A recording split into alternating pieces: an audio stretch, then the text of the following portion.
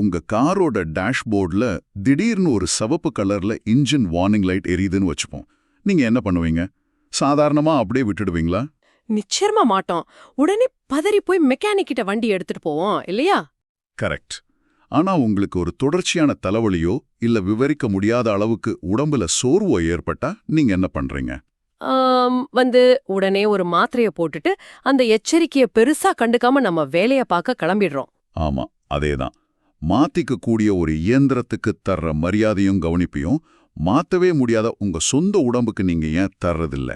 இந்த கேள்விதான் இன்னைக்கு நாம ஆழமா அலச போற விஷயத்தோட ஆணிவேர். கண்டிப்பா, இது ரொம்ப முக்கியமான ஒரு கேள்வி. இன்னைக்கு நாம டாக்டர் ஆண்ட்ரூ வெயில் எழுதிய நேச்சுரல் ஹெல்த் நேச்சுரல் மெடிசன் அப்படிங்கிற புத்தகத்தோட மிக முக்கியமான குறிப்புகளை தான் பார்க்க போறோம். இது வெறும் பாட்டி வைத்தியமோ இல்ல சாதாரண மருத்துவ குறிப்புகளோ கிடையாது. ஆமா, நோய்கள் வர்றதுக்கு முன்னாடி உங்க உடம்புங்கிற இந்த விலைமதிப்பற்ற வாகனத்தை எப்படி தற்காத்துக்கிறது அப்படிங்கிற ஒரு சயின்டிபிக் கையேடு தான் இது. நீங்க ஆரம்பத்துல சொன்ன அந்த காரோட ஒப்பீடு இருக்கு இல்லையா, அது மிகச் சரியானது.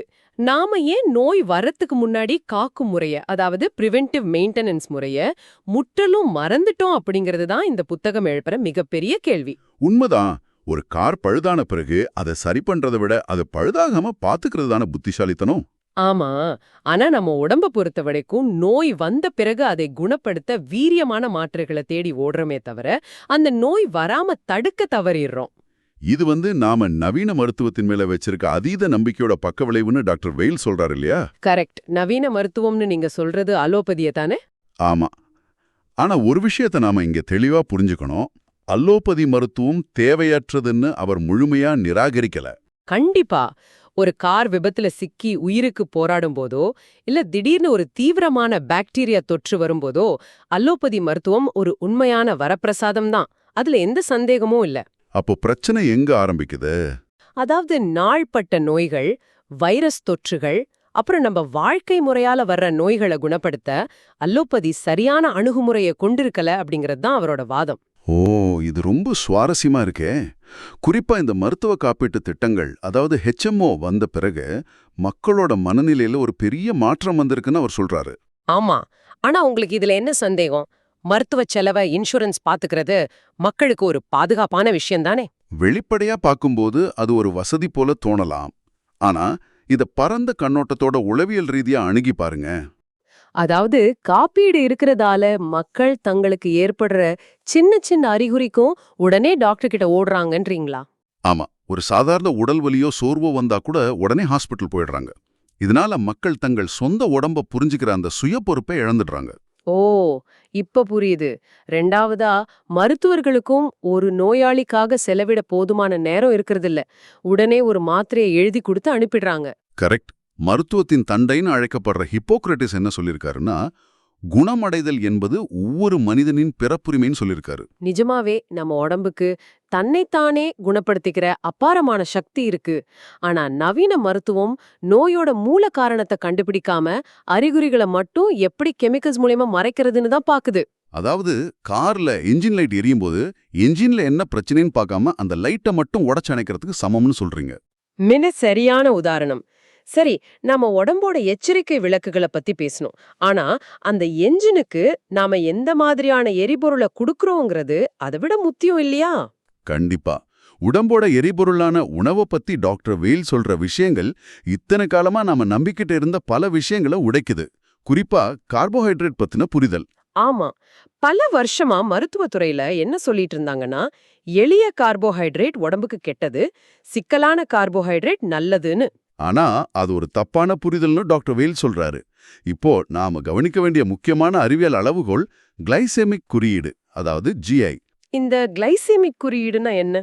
நாம சாப்பிடுற உணவு எவ்வளவு வேகமா உடைக்கப்பட்டு நம்ம ரத்தத்துல சர்க்கரையா கலக்குதுங்கிறத குறிக்கிற அளவு இது. இது எனக்கு ரொம்ப ஆச்சரியமா இருந்துச்சு. ஏன்னா வெள்ளை சர்க்கரை உடம்புக்கு ரொம்ப கெடுதல், ஆனா அரிசியால செஞ்ச உணவுகள் பாதுகாப்பானதுன்னு தானே நாம நினைச்சிட்டு இருக்கோம். ஆமா, எல்லாரும் அப்படிதான் நினைக்கிறாங்க. ஆனா இந்த கிளைசெமிக் குறியீட்டின்படி பாத்தீங்கன்னா, காத்துல உப்ப வைக்கப்பட்ட அரிசி வற்றல், அதாவது பஃப்ட் ரைஸ் கேக், சாதாரண சர்க்கரையை விட மிக வேகமா ரத்தத்துல சர்க்கரை அளவை உயர்த்துது. நிஜமாவா? இது எப்படி சாத்தியம்? ஒரு சாதாரண அரிசி வற்றல் எப்படி சர்க்கரையை விட வேகமா ரத்தத்துல கலக்க முடியும்? இதுக்கு பின்னாடி ஒரு ரொம்ப எளிமையான வேதியியல் தத்துவம் இருக்கு. அந்த அரிசி வற்றல் உப்ப வைக்கப்படும்போது அதோட மேற்பரப்பு ரொம்ப விரிவடையுது. ஓ, அப்போ நாம அதை சாப்பிட்ட உடனே நம்ம உமிழ்நீர்ல இருக்கிற செரிமான என்சைம்கள் ரொம்ப ஈஸியா அதை தாக்கி உடைச்சிடுதா? எக்ஸாக்ட்லி. இதனால சர்க்கரை நேரடியாகவும் உடனடியாக ரத்தத்துல கலக்குது. சர்க்கரை அளவு திடீர்னு உச்சத்துக்கு போகும்போது அதை கட்டுப்படுத்த கணையம் அதிகப்படியான இன்சுலினை சுரக்குது. அப்போ இன்சுலின் வந்த உடனே சர்க்கரை அளவு சடால்னு குறைஞ்சிடும். இதனால நமக்கு திரும்பவும் பசி எடுக்கும், சோர்வும் வரும். கரெக்ட். இதை தொடர்ந்து செய்யறது தான் இன்சுலின் எதிர்ப்புக்கும் நீரிழிவு நோய்க்கும் முக்கிய காரணமா அமையுது. இது கேட்கும்போது நம்ம உடம்போட அமைப்பு ஏதோ இன்றைய உணவு முறைக்கு ஏத்த மாதிரி வடிவமைக்கப்படலன்னு புரியுது. பரிணாம வளர்ச்சிக்கும் இன்னைக்கு கிடைக்கிற உணவுக்கும் இடையில ஒரு பெரிய முரண்பாடு இருக்கு போலயே. சரியா சொன்னீங்க. இது பரிணாம வளர்ச்சியோட நேரடியா தொடர்புடையது. பலாயிரம் வருஷத்துக்கு முன்னாடி ஆதி மனிதர்களுக்கு சாப்பாடு எப்பவாது தான் கிடைக்கும். அப்போ கிடைக்கிற அந்த ஆற்றலை கொழுப்பா சேமிச்சு வைக்கிற சிக்கனமான மரபணுக்கள் மனித உடம்புக்கு தேவைப்பட்டுச்சு. ஆமா, பஞ்சம் வரும்போது அந்த சேமிக்கப்பட்ட கொழுப்பு தான் அவங்கள உசிரோட வாழ வச்சது. ஆனா இன்னைக்கு சாப்பாடு எங்கும் ஈஸியா கிடைக்குது. ஆனா நம்ம உடம்புல அதே பழைய ஆதிமனித மரபணுக்கள் தான் இன்னமும் இருக்கு. அதனால நம்ம சாப்பிடுற அதிகப்படியான உணவை உடம்பு ஆபத்து காலத்துக்கான கொழுப்பா சேமிச்சு வச்சு உடல் பருமனுக்கு வழிவகுக்குது. கரெக்ட். கொழுப்பை பத்தி பேசும்போது நாம இன்னொரு மிகப்பெரிய தப்பையும் பண்றோம். வெண்ணெய் சாப்பிட்டா மாரடைப்பு வரும்னு பயந்து பலரும் மார்கரின் அப்படிங்கிற செயற்கை வெண்ணெய்க்கு மாறினாங்க இல்லையா? ஆமா டாக்டர் வீல், இந்த மார்கரினை மிக கடுமையா எதிர்க்கிறாரு. செயற்கை கொழுப்புகள் இயற்கையான வெண்ணெயை விட எப்படி இதயத்துக்கு ரொம்ப கொடியவைன்னு அவர் விளக்குவதை கேட்டா எனக்கு அதிர்ச்சியா இருந்துச்சு. கண்டிப்பா. ஆரோக்கியம்னு நினைச்சு நாம விஷத்தை தானே சாப்பிட்டுருக்கோம்னு தோணுது. திரவ நிலையில இருக்கிற தாவர எண்ணெய்களை அதிக வெப்பத்துல ரசாயன மாற்றம் செஞ்சு அதுல ஹைட்ரஜனை செலுத்தி கெட்டியாக்கும் போதுதான் இந்த மார்கரின். இயற்கையில இருக்கிற கொழுப்புகளோட அமைப்பு வேற, இந்த ரசாயன மாற்றத்தால உருவான அமைப்பு வேற. இது ஒரு பிளாஸ்டிக் மாதிரிங்கிறதால இது எப்படி செரிமானம் பண்றத நம்ம உடம்புக்கு தெரியாது. ஆமா, அது என்ன பண்ணுதுன்னா அந்த செயற்கை கொழுப்ப நம்ம உடம்போட செல் சுவர்கள்ல கொண்டு போய் அடைச்சிடுது. இதனால செல்கள் நெகிழ்வுத்தன்மைய இழந்து இரத்த குழாய்கள்ல வீக்கம் ஏற்படுது. இதனால மாரடைப்பு அபாயம் பல மடங்கு அதிகரிக்குது. இதுக்கு பதிலா ஆலிவ் எண்ணெய் மாதிரியான கொழுப்புகளை பயன்படுத்துறது இதயத்துக்கு பாதுகாப்பானதுன்னு அவர் பரிந்துரைக்கிறாரு. ரொம்ப சரி. நாம இதுவரைக்கும் உடம்புக்கு உள்ள போற உணவை பத்தி பேசணும்.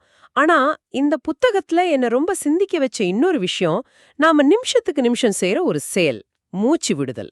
ஆமா, மூச்சு விடுறதுல அப்படி என்ன பெரிய ரகசியம் இருக்க போதுன்னு நீங்க நினைக்கலாம். ஆனா டாக்டர் ஃபுல்ஃபோர்ட் அப்படிங்கிற நிபுணரோட அனுபவங்களை கேட்கும்போது நம்பவே முடியல. அவர் என்ன சொல்றாருன்னா, ஒரு இளைஞருக்கு 6 மாசமா தீராத கடுமையான வயிற்றுப்போக்கு. ஆனா டாக்டர் ஃபுல்ஃபோர்ட் வெறும் 20 நிமிஷம் மூச்சு பயிற்சி மூலமா அவரை குணப்படுத்தினாருன்னு இருக்கு. ஒரு நிமிஷம் இருங்க. 6 மாசமா இருக்கிற குடல் பிரச்சனை மூச்சு விட்டா எப்படி 20 நிமிஷத்துல குணமாகும்? இது கேட்பதற்கே ஏதோ மேஜிக் போல இருக்கே. இது மேஜிக் இல்ல, தூய்மையான நரம்பியல் அறிவியல். மூச்சு விடுறதுங்கிறது நம்ம உடம்புல இருக்கிற 2 வெவ்வேறு நரம்பு மண்டலங்களை இணைக்கிற ஒரே பாலம். அதாவது தன்னிச்சையான நரம்பு மண்டலத்துக்கும் நம்ம கட்டுப்பாட்டுல இருக்கிற நரம்பு மண்டலத்துக்கும் இடையிலான பாலம்னு சொல்றீங்களா? ஆமா, இதயம் துடிக்கிறது, ஜீரணம் நடக்கிறது இதெல்லாம் நம்ம கட்டுப்பாட்டுல இல்ல.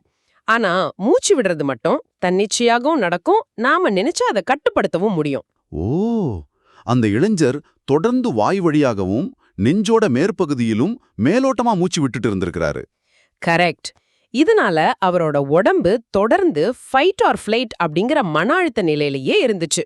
இத வயிற்று பகுதியை இயக்குற வேகஸ் நரம்ப கடுமையா பாதிச்சது.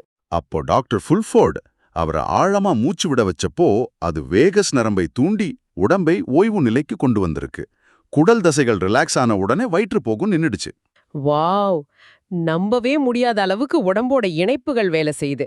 அதே டாக்டர் ஃபுல்ஃபோர்ட் குழந்தைங்களோட காது தொற்ற குணப்படுத்தின விதமும் ரொம்ப ஆச்சரியம். ஆமா, இதை நான் ஒரு சின்ன ஒப்பீடு மூலமா சொல்ல விரும்புறேன். ஒரு தண்ணீர் குழாயில அடைப்பு ஏற்பட்டா என்ன ஆகும்? தண்ணீர் தேங்கி நிற்கும், கொசுக்களும் கிருமிகளும் உருவாகும். கரெக்ட். கிருமிகளை மட்டும் அழிச்சுக்கிட்டே இருந்தா பிரச்சனை தீராது. குழாயில இருக்கிற அடைப்பை எடுத்தா தண்ணி ஓடத் தொடங்கும், கிருமிகளும் அழிஞ்சிடும். அதைத்தான் அவரும் செஞ்சாரு. ஆன்டிபயோட்டிக் கொடுக்கறதுக்கு பதிலா மூச்சு பயிற்சி மூலமாவும் மண்டையொட்டி எலும்புகளை லேசா தொட்டு சரி செஞ்சது மூலமாவும் அந்த அடைப்பை நீக்கினாரு. ஆனா மண்டையோட்டையை தொடுறதுக்கும் காதுல இருக்கிற அடைப்பு நீங்கிறதுக்கும் என்ன சம்பந்தம்? அதாவது நம்ம மண்டையோடுங்கிறது ஒரே திடமான எலும்பு கிடையாது, அது பல எலும்புகள் சேர்ந்த ஒரு கட்டமைப்பு. இந்த எலும்புகளுக்கு இடையில மிக நுண்ணிய அசைவுகள் இருக்கு. ஓ, உடம்போட திரவ ஓட்டங்கள் சீரா இயங்க இந்த அசைவுகள் அவசியம்னு சொல்றீங்களா? ஆமா, குழந்தைகள் தப்பா மூச்சு விடும்போதோ இல்ல லேசான அதிர்ச்சியினாலோ இந்த எலும்புகள்ல அழுத்தம் ஏற்படும். இது காதுக்கும் தொண்டைக்கும் இடையில இருக்கிற யூஸ்டாஷியன் குழாயை அடைச்சிடும். அதனால அங்க திரவம் தேங்கி கிருமிகள் உருவாகுது. டாக்டர் அதை மென்மையா நீக்குனதும் குழாய் திறந்து திரவம் வடிஞ்சிடுச்சு. இது உடம்போட இயற்கையான வடிகால் அமைப்பு. ரொம்ப சரியா சொன்னீங்க. மனசுக்கும் உடம்புக்குமான தொடர்பு இதுல மிக தெளிவா புரியுது. அதை விட டாக்டர் வெயில் குறிப்பிடுற மனித தொடர்புகள் பத்தின விஷயம் ரொம்ப எமோஷனலா இருந்துச்சு. அந்த காதல் கோட்பாட பத்தி சொல்றீங்களா? J+B=0. அதாவது காதலோட ஆரம்பத்துல கிடைக்கிற மகிழ்ச்சியும் அது முறியும் போது வர்ற வலியும் எப்பவும் சமமா தான் இருக்கும்னு சொல்றாரு. ஆமா, இதோட உளவியல் பின்னணி என்னன்னு பாத்தீங்கன்னா, இது மனிதர்களோட மூளையில ஏற்படுற ரசாயன மாற்றங்கள் தான் காரணம். ஒருத்தரை காதலிக்கும் போது மூளையில டோப்பமைன், ஆக்சிடோசின் மாதிரியான மகிழ்ச்சி ஹார்மோன்கள் அதிகமா சுரக்குது. இது கிட்டத்தட்ட ஒரு போதை மாதிரி தான். அந்த உறவு பிரியும் போது மூளை திடீர்னு அந்த ஹார்மோன்களை இழக்குது. இது ஒரு போதைப் பொருளை நிறுத்தின உடனே ஏற்படுற துயரத்துக்கு சமமானது. நம்ம கலாச்சாரம் அந்த மகிழ்ச்சிய மட்டும்தான் கொண்டாடுது. ஆனா அந்த வலிக்கு மூளை தயாராகணுங்கிறத புரிஞ்சிக்க தவறுது. மேலும் மனித அரவணைப்புக்கு இருக்கிற மருத்துவ குணம் ரொம்ப அளப்பரியது.